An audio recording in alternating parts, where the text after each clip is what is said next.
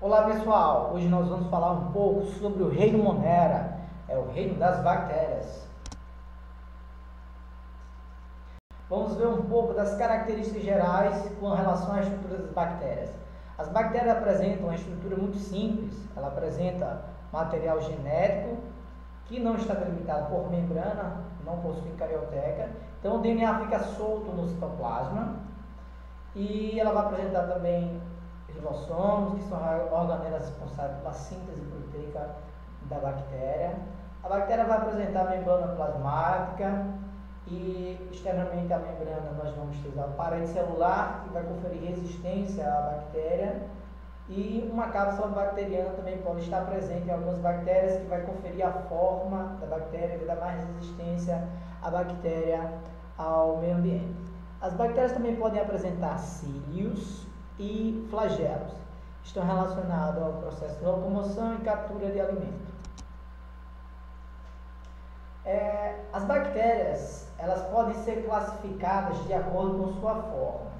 Então, as bactérias que possuem forma esférica são chamadas de cocos. Então, bactérias que vivem juntas, formam duplas, são chamadas de diplococos. Bactérias que formam colônias em forma de colar de pérolas são chamados de estreptococos.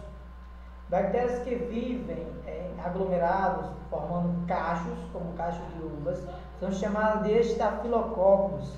Estafilo quer dizer cachos, cocos quer dizer bactérias esféricas, ou seja, cachos de bactérias esféricas.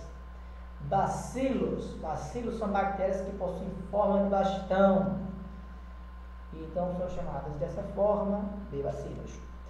Bactérias que vivem juntas são chamadas de diplobacilos, ou bactérias que formam cordões em forma de bastão são chamadas de streptobacilos. Bactérias curvas ou espiraladas, nós teremos o esperilo, a espiroqueta, que é uma bactéria em forma de saca-rolha, e o vibrião, que é uma bactéria que tem um formato similar a uma vírgula. Com relação à reprodução bacteriana, nós temos duas assim, mais importantes, assim podemos dizer. A divisão binária, em que a bactéria ela aumenta o seu citoplasma, duplica seu material genético e posteriormente essa célula bacteriana se divide em duas, que são idênticas à bactéria que deu origem a elas. E a conjugação bacteriana, nessa tipo de reprodução, pode ocorrer em bactérias da mesma espécie ou de espécies diferentes. Essas bactérias, elas se unem elas emitem a projeção da sua membrana plasmática, formando um bilissexual e formam um tubo ligando uma bactéria a outra.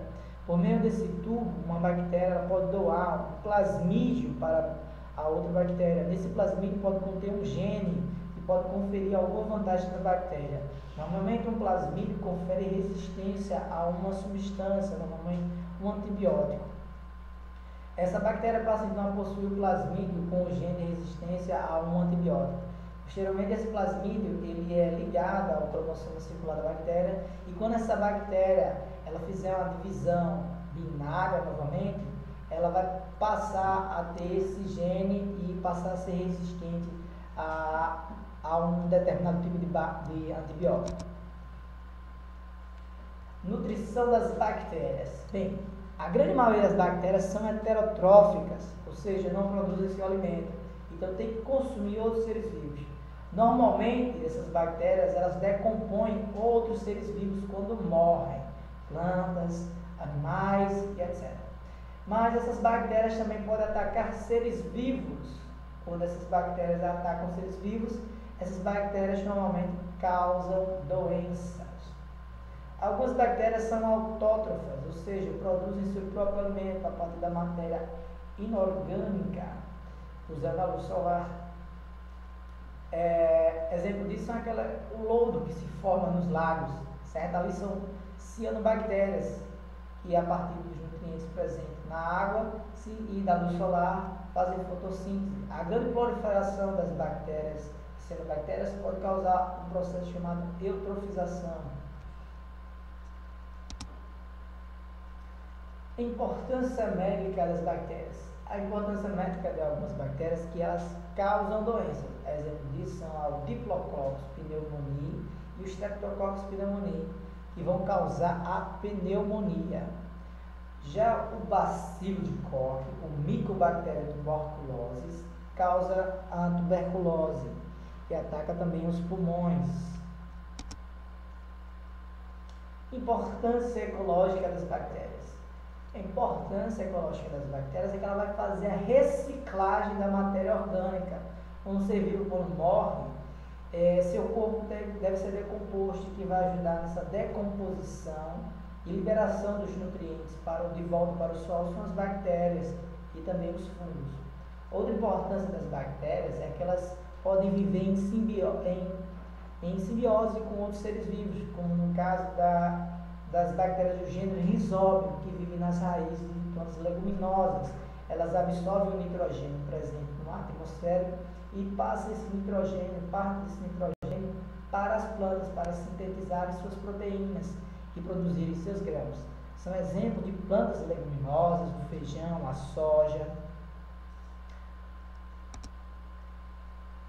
Biotecnologia. Segundo a Organização das Nações Unidas, ela define biotecnologia como qualquer aplicação que utilize sistemas biológicos, organismos vivos ou seus derivados para fabricar ou modificar produtos ou processos para utilização específica. Um exemplo de biotecnologia é a utilização de bactérias para fermentar o leite, formando o iogurte, que temos um exemplo claro, comum, aí é o Yakult, né? Que é um leite fermentado a partir de Lactobacillus casei shirota. Outra aplicação biotecnológica das bactérias é quando eu pego uma bactéria e altero o seu DNA e introduzo no seu DNA um DNA humano, que é responsável pela produção da insulina. Então, algumas bactérias são modificadas para produzir um hormônio humano chamado insulina. Outras bactérias podem ser utilizadas também na fabricação de vinagre. Encerramos a nossa aula aqui e até uma próxima aula.